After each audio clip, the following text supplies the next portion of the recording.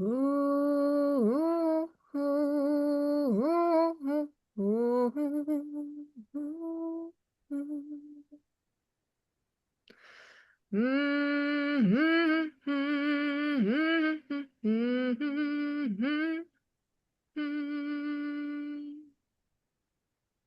Hello, beautiful souls. Welcome to See Blissfully Lit podcast. I'm your host, Sammy, and it is an absolute pleasure to have the beautiful Michael O'Neill here today.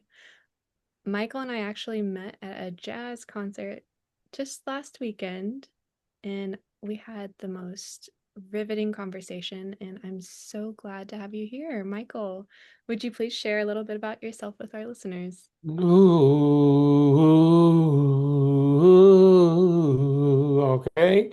Yeah, it was really a pleasure to meet you. Yes, Samantha. Um, yeah, I'm a musician. That's one way of explaining what I am, who I am. Um, but I've been doing it for a long, long time, decades, many decades, and it's been quite the journey.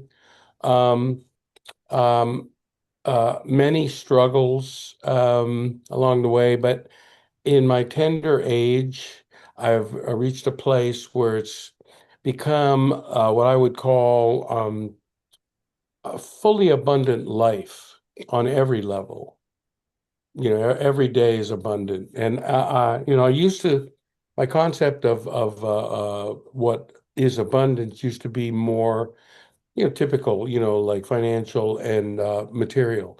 Whereas now I realize that it really is everything. Abundance is everything about life. Um, so it's kind of where I've landed now, and I'm just having the greatest uh, life work balance today. Um, but I can, go into at some point what the long road to get here. Excellent.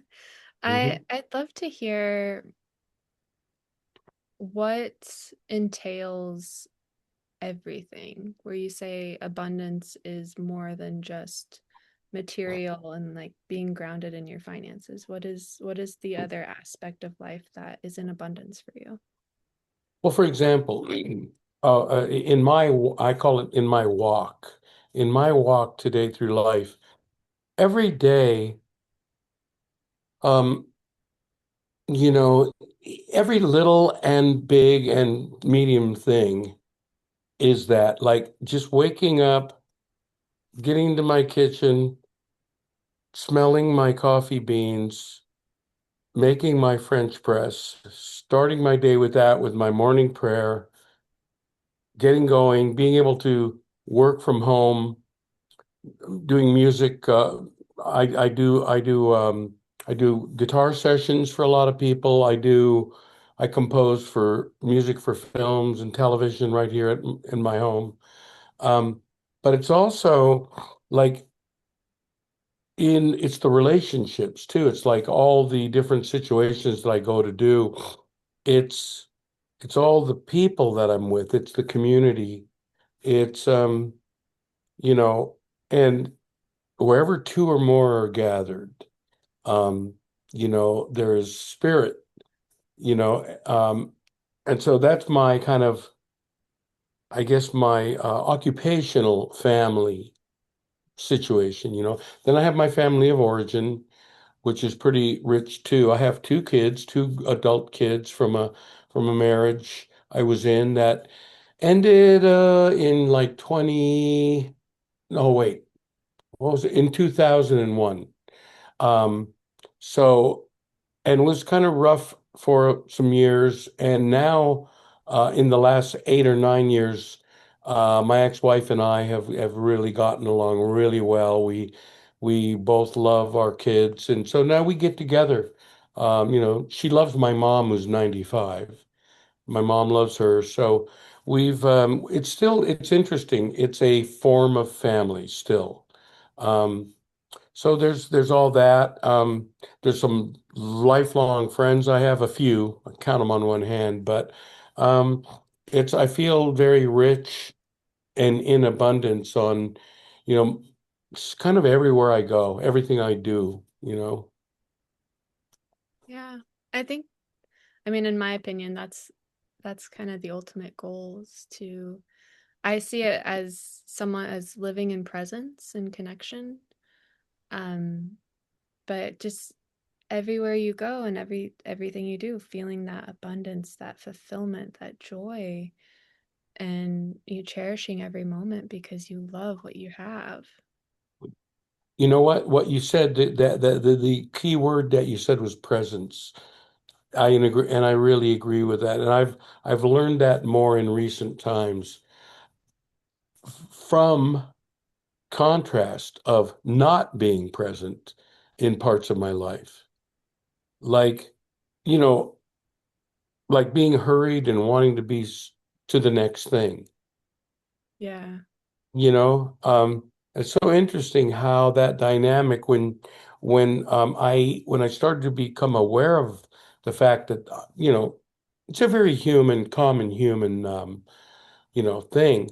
But when I started to become more and more aware of it and check myself and be aware of it when that was happening, it's so amazing how much of a paradigm shift that is.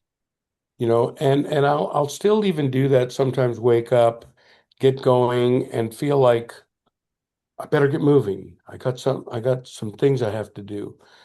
And then acknowledging that and going, yeah, but you know, you're probably not going to get them done the way you want if this is the, you know, kind of mood of energy you're in. Yeah. So, you know, it's just like slow it down, be where you are. Um, yeah, you know, it's life is a gift. I mean, it doesn't last forever, you know.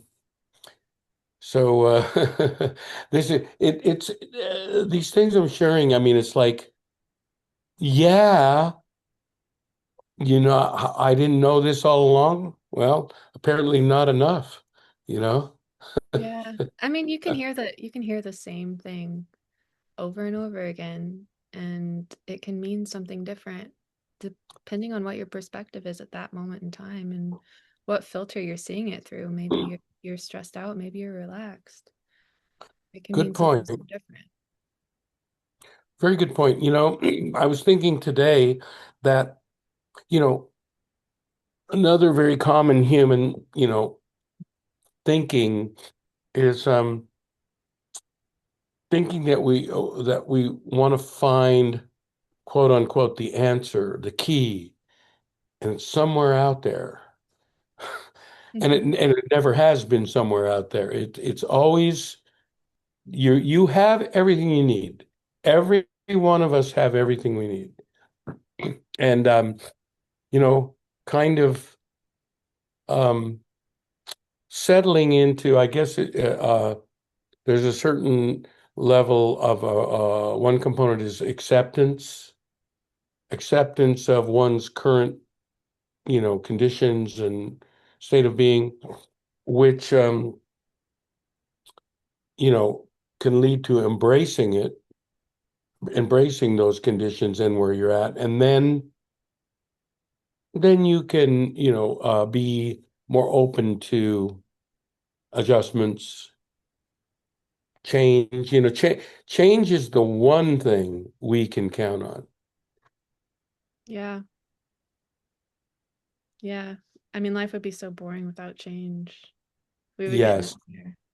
yes, that's true. That's true. Yeah.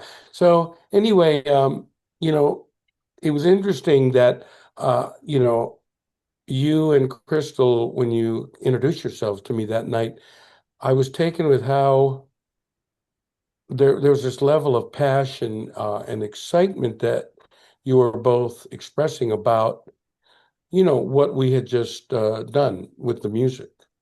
Mhm. What was that like for you? The experience of your performance. Yeah.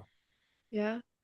Um, It's actually in the topic that I was going to lead into. It was very magical for me. It was very magical. Um, in a way, your your band, the beings all were melding together and creating this beauty. But you weren't just creating the beauty together, you were creating it with the audience. And there was a certain level of dance, not only with us listening to it and enjoying it, but there's an energetic dance in that room. And the vibration of the music was flowing through all of us. And I mean, it was tantalizing. It was so beautiful and amazing. I've never actually seen a jazz concert. That was my first jazz concert I've attended. Wow. Um, Cool. Very cool.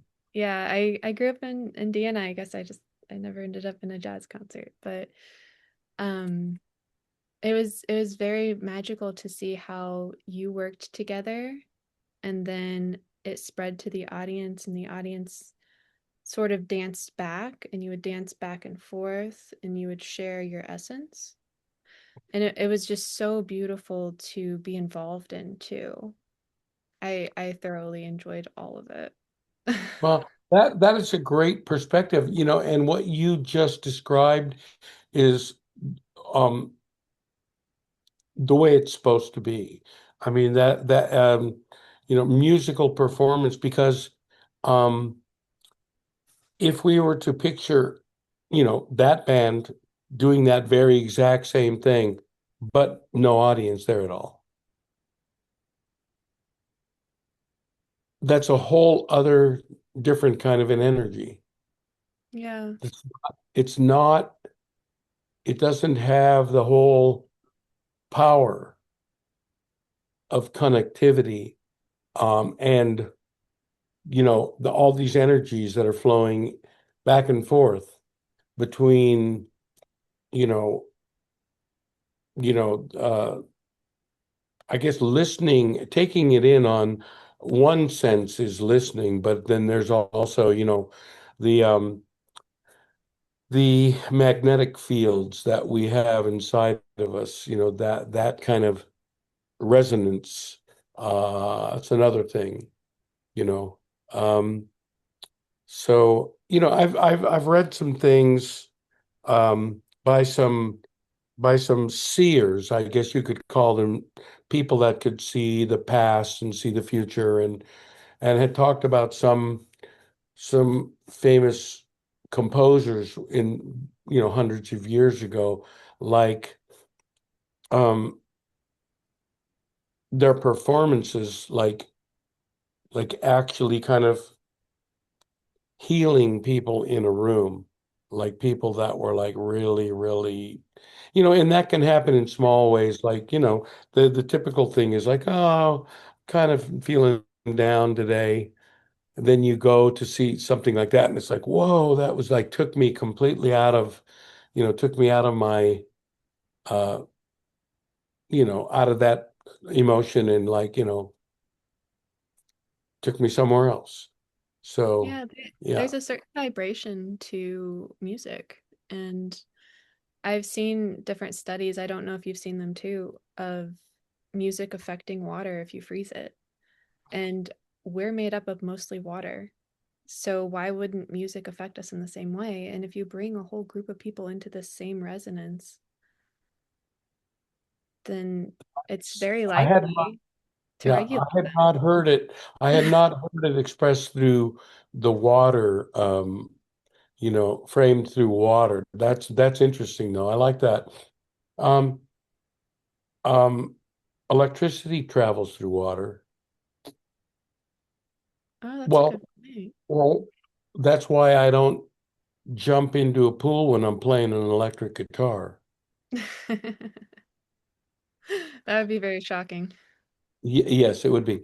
And back to the idea of music, its effect with the vibrational thing that you just mentioned. Um, the African Book of the Dead, which is a very, very ancient book. It sounds so, the Book of the Dead. Oh, but it's actually their spiritual practices. It's, it's almost their kind of Bible, or for lack of a better term, right? But ancient practices, they used tones, musical tones for healing. Yeah. It's yeah, you know, It's been around for millennia to use sound for healing, and yeah. it's always been so healing for me. Um Honestly, I feel that there's a certain level of magic to it, and I don't know like how you would define magic in your life, if it's that spirit, that connection that you describe with people. But I'm curious to know what magic would be defined as to you. Well, yeah, I mean, from there's different, I think, different forms of it. Like, okay, there's when I am the vessel that is doing it, that's coming through me, that feeling is like kind of out of the body Yeah. a lot of times. It's kind of like, yeah, it's if it's like I feel like if I get out of the way, then the messages come through easier. And it's kind of Yeah. like it being like I sometimes think of myself as being like a station on the radio, and and the tuner, if the receiver is like scratchy, then you need to put some spray on it and clearing it up so that the signals can come through.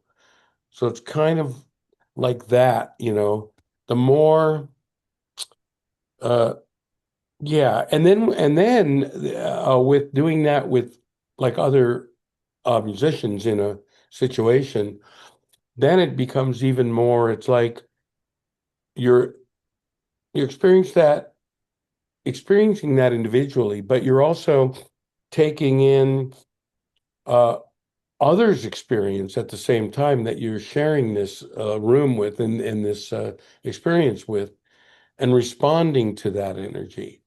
Yeah. We're like, it's like this moving organism, really. It's almost like an alchemy of sorts, of creation together in response. It's interesting that you use the word alchemy, because I use that word, okay, as a composer, putting together all kinds of music. It does, I mean, it could be any type, because I have to do about every type for television shows or for films. And so I often think of myself more as an alchemist than a musician, because we're just taking tones and rhythms and all these elements, and we're mixing them up. And and it's like we're in the laboratory and coming up with this formula that's Mhm. going that and you try and get the right formula to work for the situation. So it is kind of alchemy, kind of picture myself like Mickey Mouse with the Fantasia hat on. Yeah, I could definitely see that. And I relate to the experience also as a yoga teacher and Is that a right? an intuitive healer. Yeah. I do a similar process of, you know, suiting the needs of the population in the room because it's going to be different. You never know what you're walking into as a performer. Right. So then when you do the yoga thing, instruction, you must sense like, um, like people like kind of, I bet like some of the tension, as the tensions kind of melt away, there's like, and the breathing that goes with it. It's like there's a shift in the room. Yeah. And if you see that for people, it's like, um, it's pretty cool. Yeah. And you create that every time you step on stage or, create. some form of music for a show or a movie. Hmm. It's Yeah, incredible. yeah. And that's where that's one since that's my main occupation is like that's where a ton of abundance is for me, just and being able to um I found out with our music business, over the past couple decades has become kind of decimated in so many ways because with the advent of the streaming platforms, like artists and creators are not being paid the way they're supposed to for their works, Yeah. you know, um, within within the music itself, within the music industry itself. So about 15 years ago, I kind of really saw that, and um, that's when I went about like starting to study for composing for media, films and television and ads and all that. Um, um, and so that to do that also I had to like also study technical stuff when it comes to computer software to make music with. So it's this whole pursuit.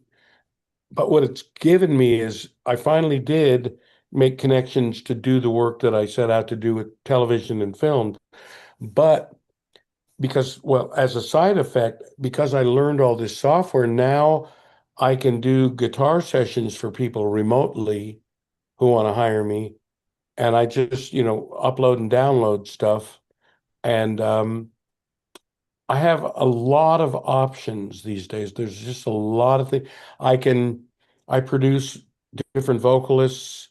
Um, there's just like so many, uh, multipliers in what I kind of created to keep surviving, to keep flourishing and making music, um, But also and doing what you love. doing what I love. And I'm doing less of the live performance than I used to. That used to be the bulk of everything. So now it's kind of balanced out with the other stuff. Uh, one new opportunity just came up, but I won't be doing it for a while, but it's already I'm booked for it. Is I'm going to be playing for a musical Oh, cool. um in about 4 months. That's going to run for about 3 weeks. And it's about Cesar Chavez, who was, the was the United farm workers, strike kingpin. Yeah. Um, yeah, it's a beautiful story. So that I met with the writer of it, who I can't say who it is right now, but it's a well-known person. Um, and because it's because it's got the Mexican and the Hispanic element in it a lot, I was kind of a good fit for it because I'm half Mexican, and my godfather, who was my great uncle, was one of the founders of the first what they call trio folclórico, the three guitar players with the sombreros and the serapes. That format, my godfather was one of the inventors of the very first group like that. So Oh, that's kind of the first music I ever heard in my life. And so I kind of, there's a divine kind of an energy in this connection that's going on. Um, I'm pretty yeah. excited about that. It seems like a synchronicity. Do you notice those in your life a lot? Yes, yes, Yeah. I do. Well, and you know what? I think when you talk about synchronicity and abundance, the two together, Hmm. I have this thing where, and I've read this too, is like, we want to go after things, we want this and we want that, and we all want to succeed at the our dreams and whatnot, right? But uh, sometimes we go after it a little too hard, and there's this thing like, and human emotions tie into it. Jealousy. Yeah. We have our dark sides. We're, envy, jealousy. I should be doing that. Well, but in the mindset of abundance, there's something out there for everybody. Oh, So absolutely. what's supposed to be mine will come to me.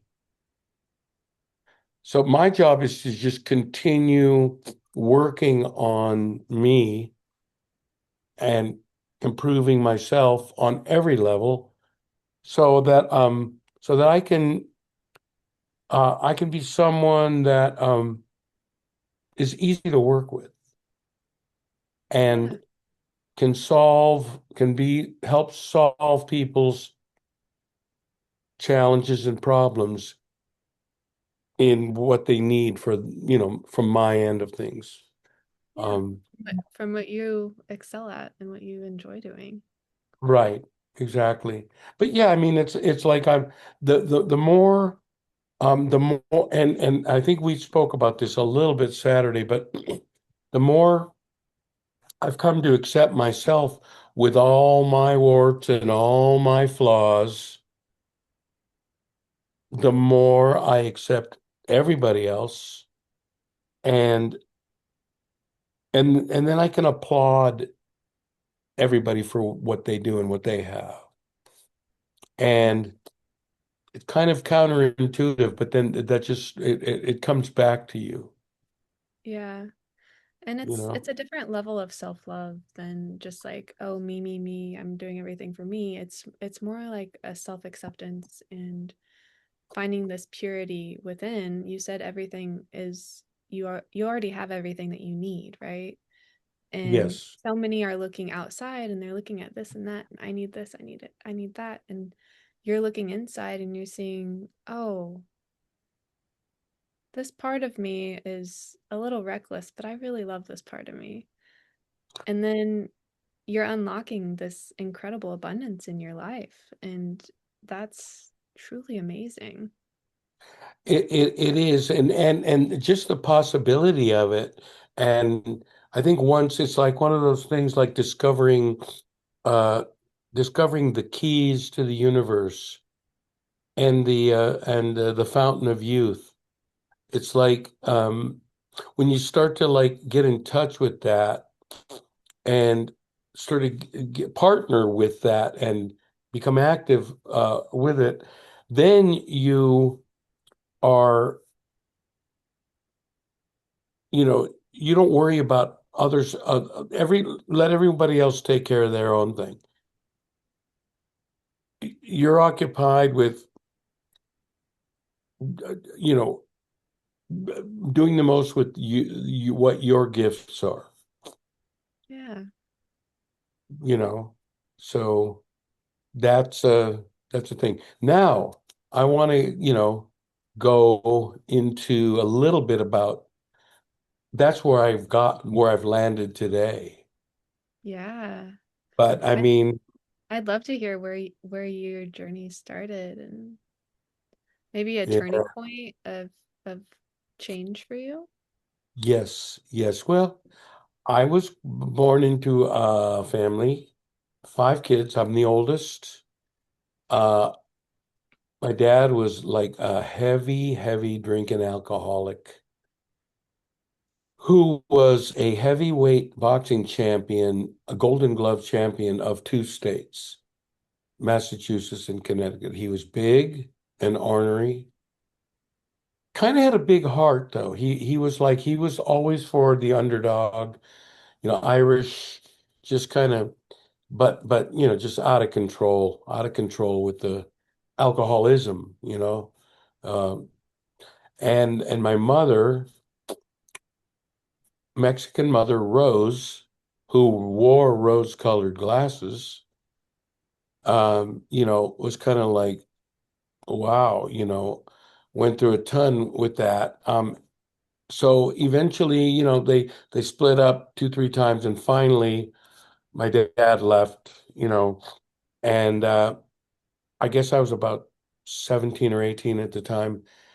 My mom spun out. She laid on the couch for like a month, like just like in such a deep depression, and so she was left with five kids. Uh, yeah.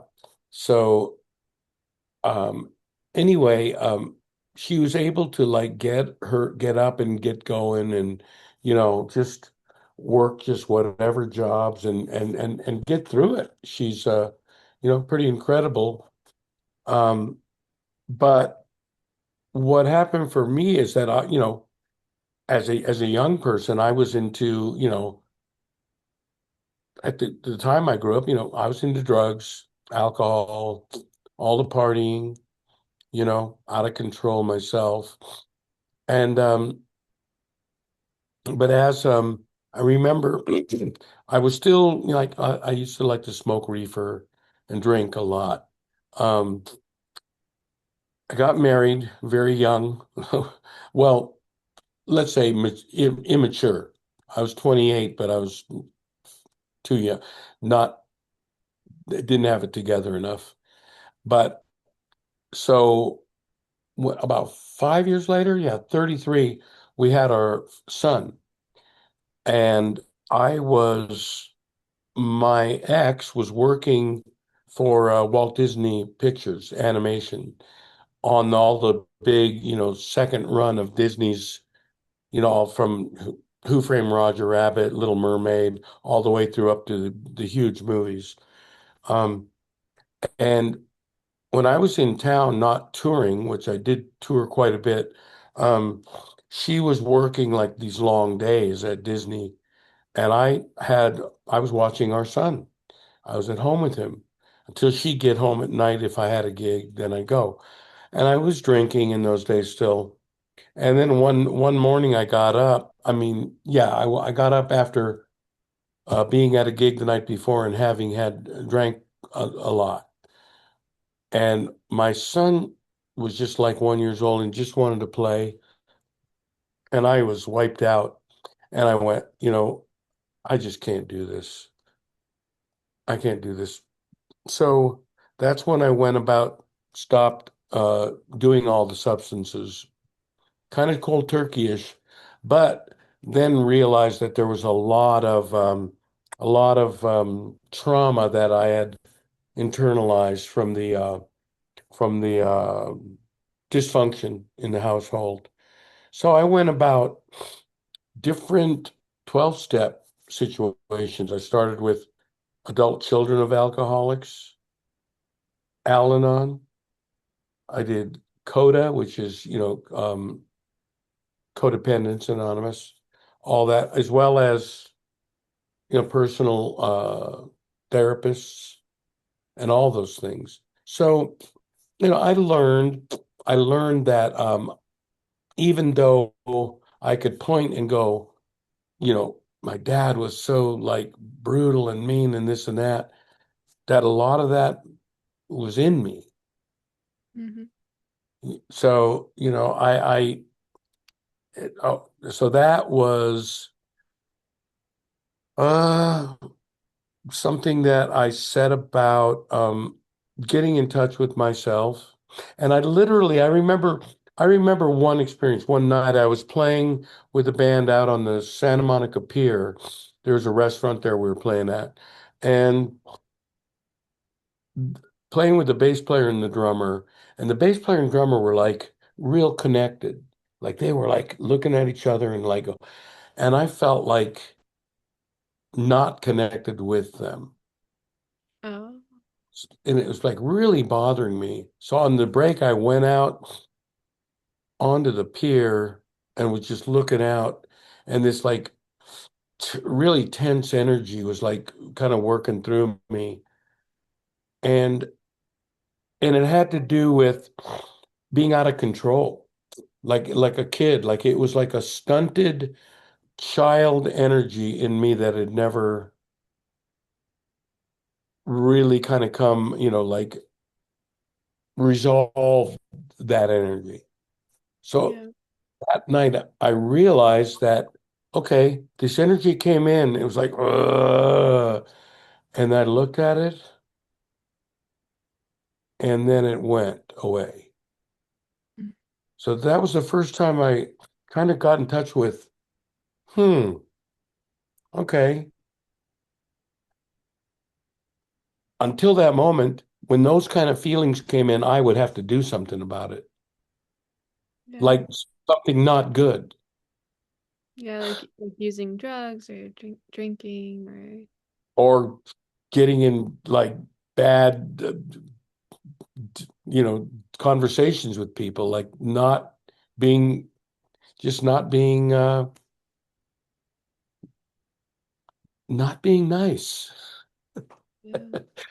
It's Yeah. huge to realize that and have that acknowledgement of, your shadow or, something that's inside that isn't so pleasant. Yes. Yes. And then, yeah, I mean, looking at those parts of us and realizing that we all have them. And the more we want to try and tell them go away, the more they show up. Yeah. They're just they're just poking at you to do better because Uh-huh. you were born with this plan in mind and these amazing things for you to Yeah. create. Yeah. Yeah. But it's so interesting because as I look at this, that was like probably 40 years ago that happened, the experience I said. So this whole process of over time of being able to see who I really am, you know, taking a long time, Yeah. you know, and and then now reaching a point where I feel safe enough to not know. Like, I mean, I'm not a human doing or a human static being. I'm a human being. I am being. And that's ever evolving. Yes. I don't think there's a true definite this is it.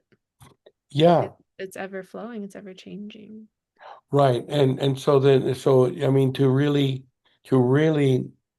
live in that, I mean, yeah, it takes courage, Mm-hmm. right? It does. Um, what practices or rituals have you found that help you to live in that more easily? Yeah. Well, kind of I'm pretty good with routines. I like routines, it helps me with consistency. And so I mentioned a little earlier that I like to start my day off that it's I'll get out of bed, use the bathroom, get in the kitchen, pull out the coffee beans, put my nose in there. It sounds crazy, but it's just, starting the day, get that going, get the water going for it. And then I go back into my room, make my bed, read today's reading. I have this one book. It's called 52 Weeks of Conscious Contact, which is Melody Beatty, who is the author of Codependent No More and then many other books on the subject.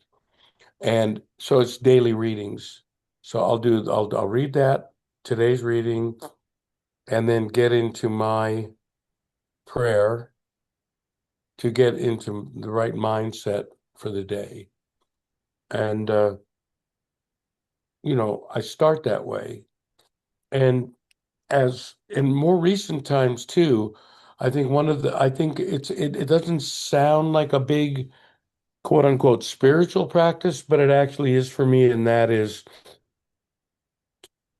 not being as rigid about what I do at what time. Yeah. So you have a baseline to-do list, but a flexible structure. Right. Yeah. Yeah. It's so realizing like, okay, I feel like doing this right now. I'm actually being really productive. Um, and then also getting away from that too, having motion. That's the other part.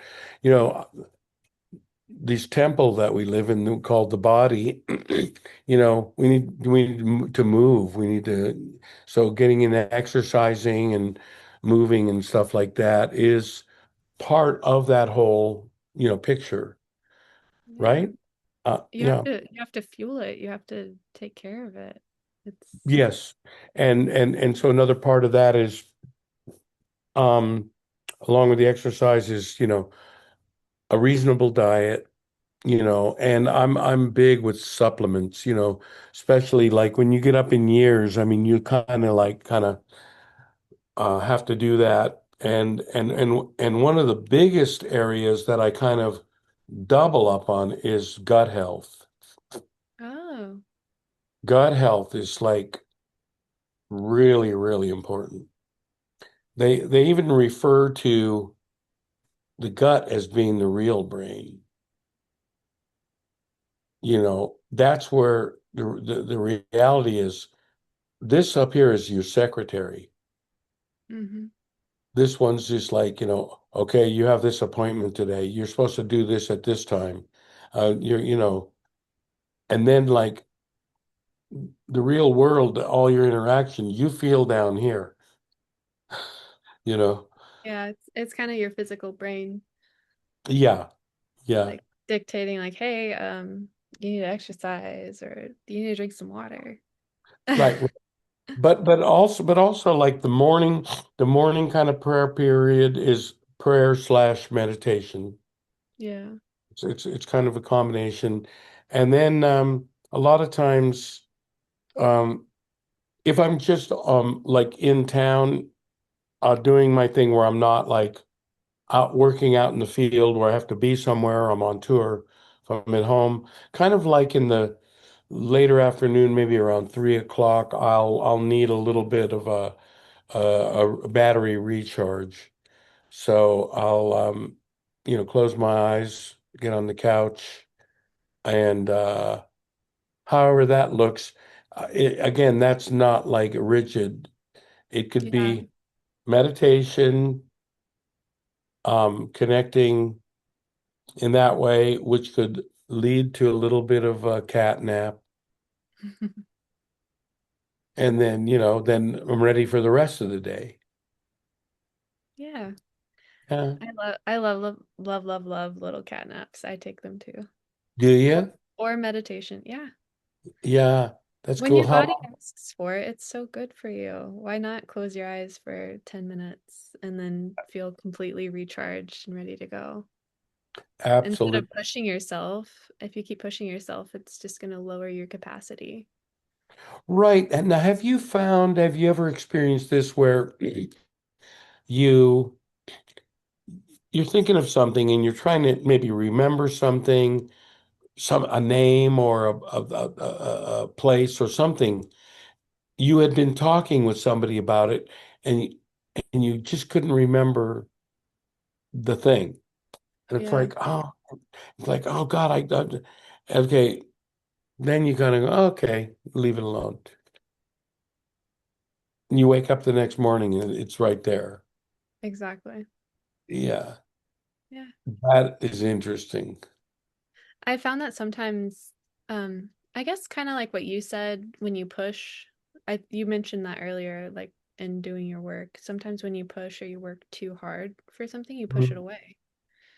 Yeah, And there's like a certain magnetism in life. There's a certain like coherence that you get in with things. And that can also happen there right.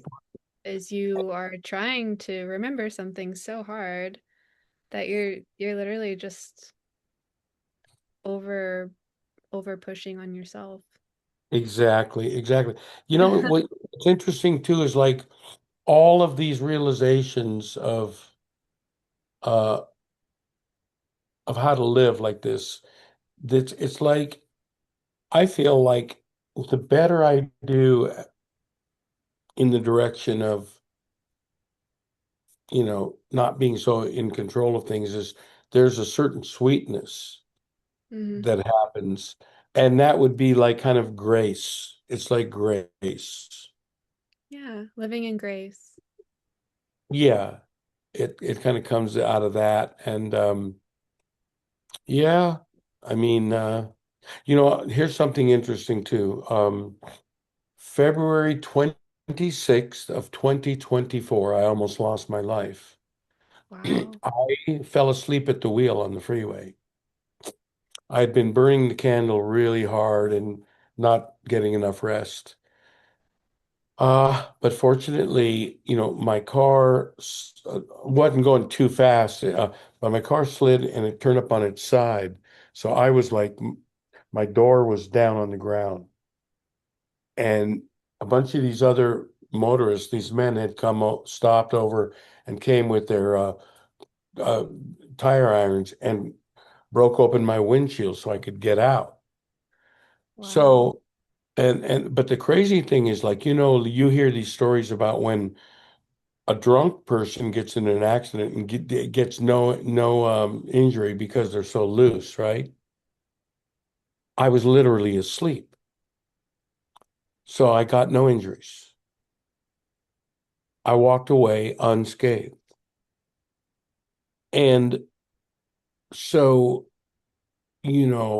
that was kind of like another supercharge, a supercharger into gratitude. Yeah. And so every morning when I start my day out with a prayer, I I thank the universe for that, for sparing my life, and kind of just for a second think about I couldn't if I had lost my life, I wouldn't have been around for everything that's happened since, everything that I'm experiencing now. Um, Seeing my mother, my 95-year-old mother, who my brother and I just got set up in a beautiful assisted living situation, and Yeah. watching her decline, watching little bits of dementia happening, and being able to sit with her and just observe and try to understand what she might be experiencing. Um, Even though it's frustrating, I'm doing some research on it. But I'm like very much like this is something I needed to experience. Yeah. In terms of compassion and empathy, like because I don't, I can't know exactly what she's experiencing internally, but it's like watching her. It's like she's uh like it's like it looks like these brain impulses, these messages are getting cut off. Like if she's going to eat, it's like she'll like put the food on her spoon, put it here, and then put it back down. Not eat it. Yeah. And so like you feel like, Mom, you got to eat, but and then she gets like, you're so impatient. It's like, you know, and it's up and down. It's a moving target. But I just feel like bottom line is that she's endured so much raising all the kids, what she went through, that it's really nice just to, in her stretch run, to put her in a place that's really safe and it's really loving and she's very happy in her little spot. So yeah, And it's such a blessing that you get to experience that with her. yes, Yeah. yes. That is something to be grateful for each and every day. I Yeah. know that I also experienced a a scary car incident when I was very young on my way to Really? college. And No kidding. yeah, and I mean, it was a miracle that nothing bad happened to me. And I'm so grateful to be alive, uh, each and every day, even through hardships, because I mean, can you imagine? I think I was like 19. Can you imagine just like missing out on all those years Right, right. and missing out on all that time with that family, with your friends, building all Yes, all the relationships, and I mean, becoming who I am today. yes. Thank Yeah. God for all our problems. That's kind of gets into that. It's the one of the most exciting uh, things about all this for me is that I get to share and expose my kids to all this, I guess you could call it wisdom, okay? And I'm watching my kids embrace this and being able to practice this at a much younger age than I did. And that makes me really happy. Yeah. It's always nice to see the next generation flourish just a little bit more than you did, or you can. And I'm sure that that's all your mom ever wanted for you and your siblings. Oh, my mom, my mom, mothers talk, tells everybody over at that center, my son's a musician and he's blah, blah, blah. I know. But this is interesting. You talked about this. Lately, I've been also noticing something that has helped me get even more humility is that I'm noticing that in this deep information age with the YouTubes and everything else we have out there, that there's this younger generation of musicians. I mean, like 11-year-olds, 10-year-olds that are like mind blowing. And it's like, oh my God, I'm glad I'm not starting today. But it's kind of like evolution, really, Yeah. because but I didn't have anywhere near the kind of tools they had in the information age we're in now. Um, but I mean, I look at it and I'm like, wow, this is amazing, and sad at the same time because there's not as many jobs for them as there used to be. Yeah. So they can go and they can go to these music universities and they can just like really become phenomenal. And, not all of them are going to have careers in it, you know. But It, maybe they can take a yield in a similar direction, sort of like you have in these years. I mean, you're performing, but you're also working on different projects and a more right. integrated arena. Well, that's kind of necessary these days. Matter of fact, I, what was it? I just saw something recently where, yeah, oh, I know. I attended a Zoom online. It was like one of these. I'm a member of the TV Academy, and they had a couple of guest speakers on a Zoom session about um, the industry and entrepreneurship. And it was like what it takes in today's world of media to do well. And one of the persons said back when she was first coming up, what they would tell her was like, you have to pick a lane. You have to pick a lane and stay in that lane.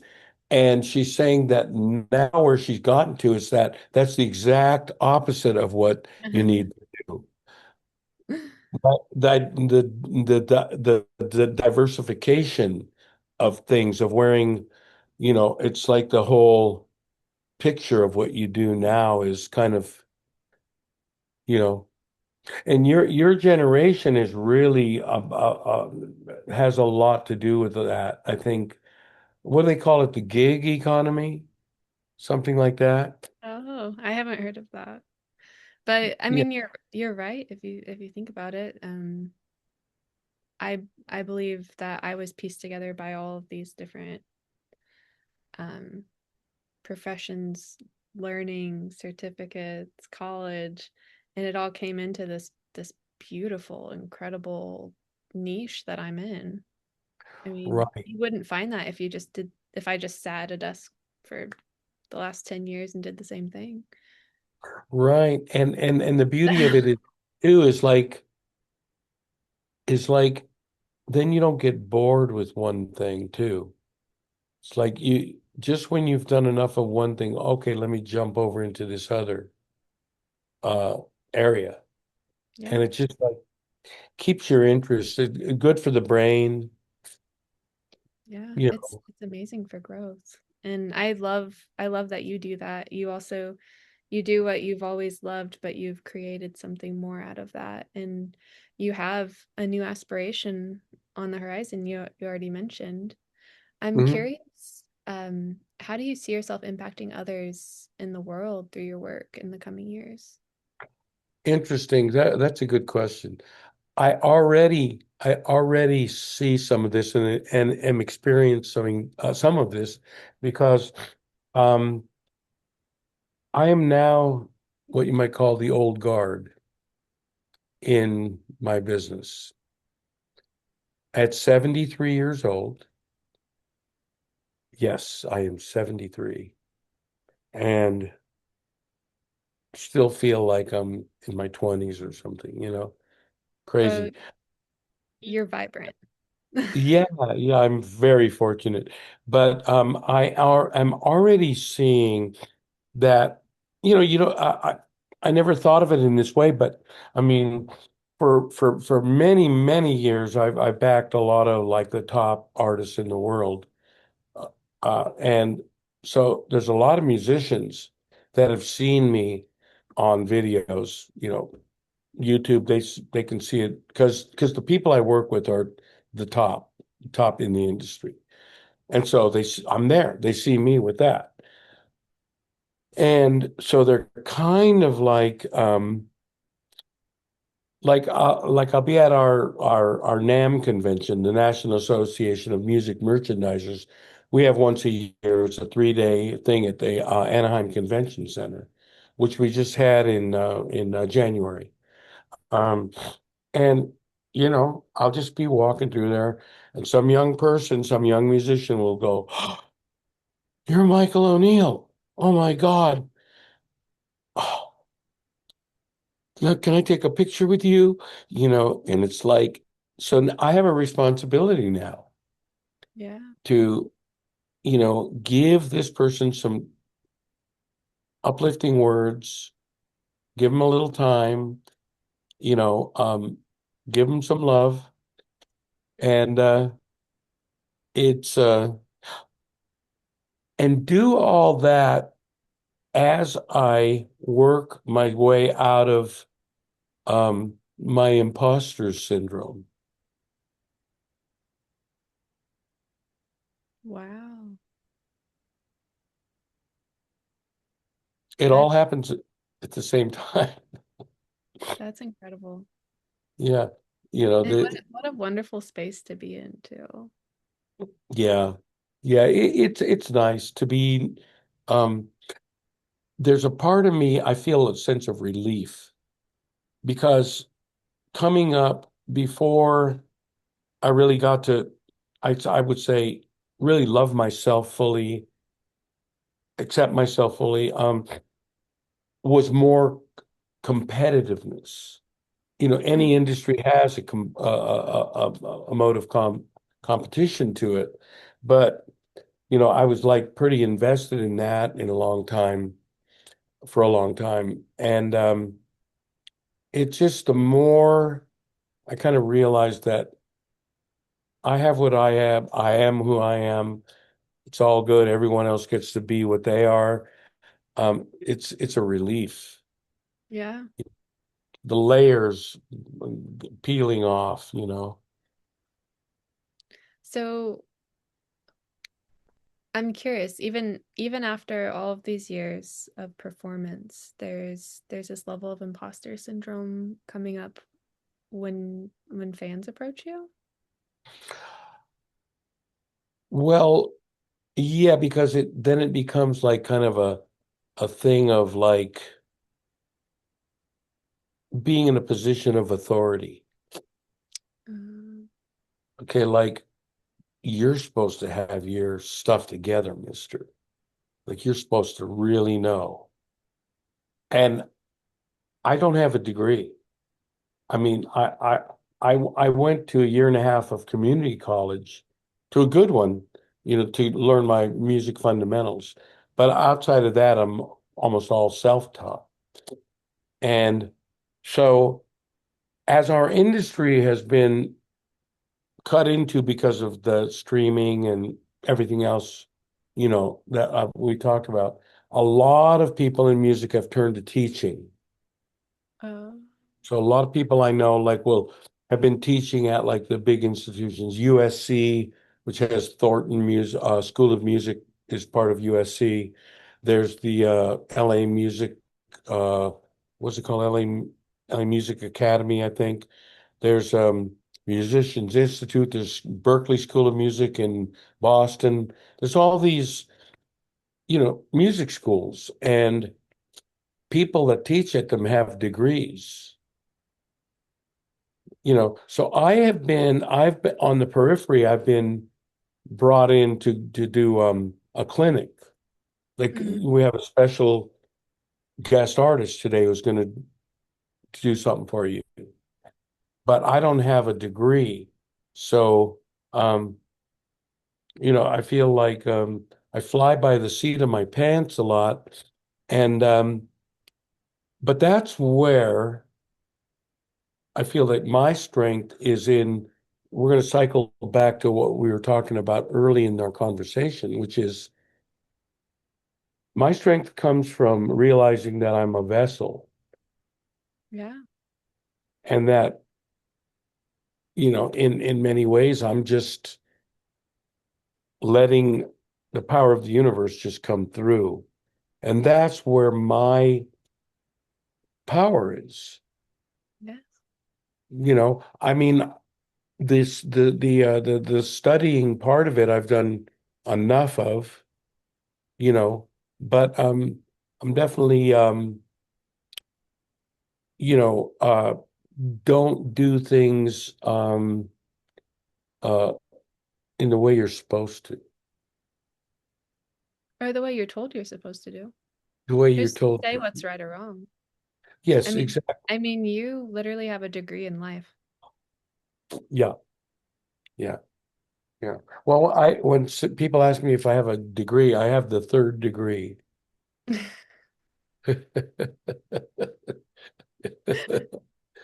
Yeah, yeah. Anyway, it's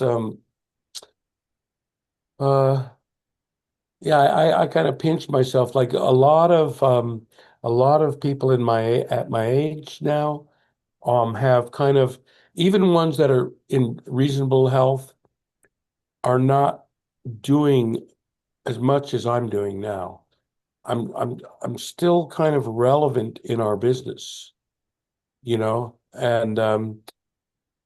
that, yeah, I'm kind of blown away with it. And it's kind of um I'm doing a lot of things that I do are more long-term, larger picture Mm. efforts. One of the things that I've gotten into is I backed into this. I have co-produced two feature documentary films, Oh, and I'm starting on a third one. I have a production partner who is a fellow Chicano who is like an 11-time Emmy-winning cameraman from wow. the James Corden and Bill Maher shows. And so he asked me initially if I would just do the music for this first documentary. And so in the course of doing that, he realized that I knew a lot about the subject because I had cut my teeth as a young musician in the barrio where he grew up. And so he just said, you know what, you should just co-produce the thing with me. So we've become a team now. So we've done two feature documentaries, two music videos. We've already started production on our third feature documentary. So you see, I have that over here. There's this whole other thing on the other Yeah, side. Um, and the thing about that is we probably won't, it probably won't see the light of day for about a year because we have a lot of work to do on it. Um, but yeah, I mean, it seems like you're very passionate about it, which is so great and how fun and exciting.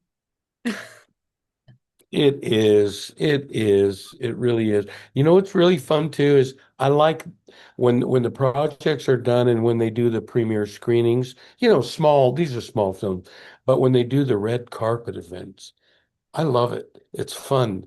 Like I was a small part of the making of this thing.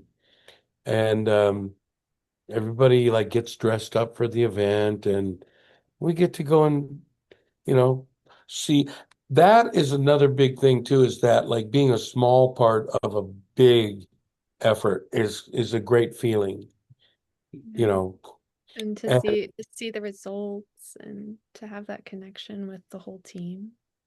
yeah, and you know what's fun too is in the course of scoring the film to the footage with the characters, the actors, right? Mm. Doing this music. So I'm living with them for sometime months on end as I do the work, right? Then I meet them in person and they're totally different. They are actors. They do their characters well. What's that? I said they do their characters well. Yes, they do. Yeah, yeah. Um, so anyway, yeah, that's a whole other side of things that uh, you know, never a dull moment. There's another example of the abundance that I'm, you Yeah. know, experiencing. And many, many years to come for you. You're setting up your legacy, which I find that you're very fortunate in. It's amazing. Yeah. So we are coming close to the end. As we begin to close, I'd like to know if you have any final thoughts or words of wisdom for our listeners. Well, first of all, I want to thank you for inviting me on here, and I count you as a newfound friend. Oh, absolutely. Same. Gonna, it's really good. We're gonna still be in touch, of course. And just I just feel like, everybody to get to know their real self. I encourage everybody to be gentle with themselves because in the process of, you know, learning all parts of ourselves, as we discussed earlier, there's some parts that we don't feel are very pleasant, but actually play an important part in shaping who we are. Um, and yeah, I think I'll go back to what I said earlier. Everybody has exactly what they need inside of them. It's got to find a way to unlock it. Yes. I'm into that. Hmm. Yes. Well, thank you so much. I'm so glad that you joined, and it's always so nice to connect and create with like-minded individuals. I Yes, yes. I love all that you shared, and thank you for sharing the pieces of your journey that have It's made really my pleasure, obviously. And I will let you know about some future, you know, performances that are going to be around. I would love to attend. Thank you so much. So, as we close out, I typically do a meditation at the end. So I'll have you close your eyes, and anyone who's listening, if you're driving or operating heavy machinery, just wait to do this. You can pause and come back to this later. Don't endanger yourself. We'll go ahead and close our eyes. Go ahead and bring our palms to heart center. Bring the palms together and just take 2 deep breaths in. Filling the whole body with air, filling it up just a little bit more. And what, as if you're blowing through a straw, just blow it all out.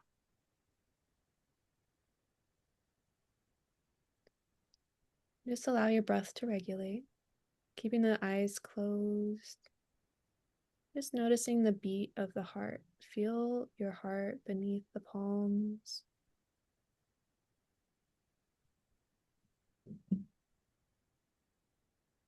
And just notice as you pay attention to the heart beating, the sensation of the vibration, and any other senses in relation to it. You can feel the heart with your hands. You can feel the heart from within. You can hear the heart.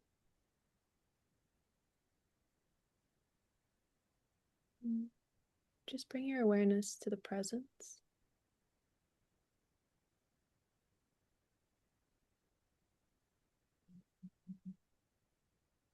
And pause in that presence, that awareness of your heart, whatever level you're in.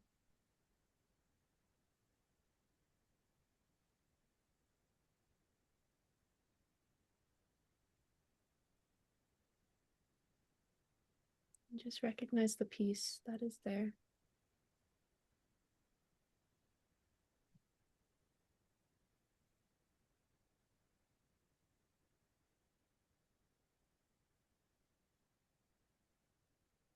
That peace is, was, and always will be. It's a perfect part of you.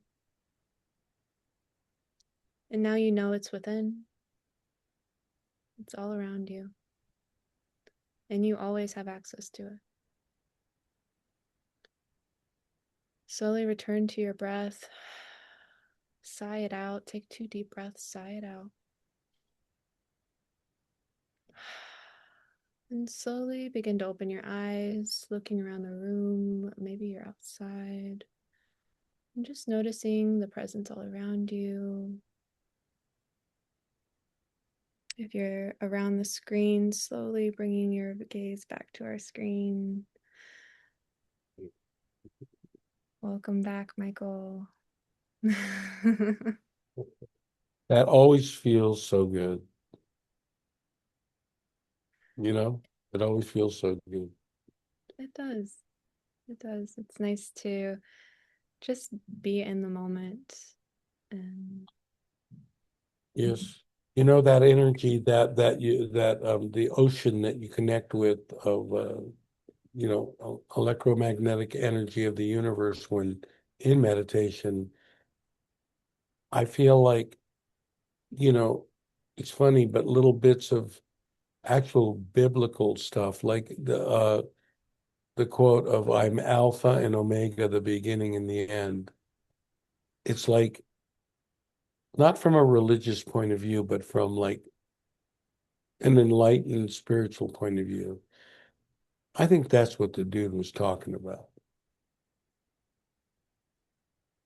yeah, I am beginning and end. Hmm. Yep. Yeah. The abundance, hey, you know, I mean, you found that within. started with one fish and one loaf of bread, and then all of a sudden, well, anyway, Samantha, Well, thank you so much for inviting me. yes, it's been such a pleasure. Thank you for sharing your incredible insights and your inspiring journey with all of us. It's literally been a gift to have you here in my presence, in the presence of every being listening today and in the near future. I'm sure there are many more amazing conversations to come. to all of you out there, stay blissful. And as always, it's been a pleasure to have you here. Good, And good. Let me know when this is going to hit the world at large because I will share it on my socials. oh, absolutely. Okay. Anyway.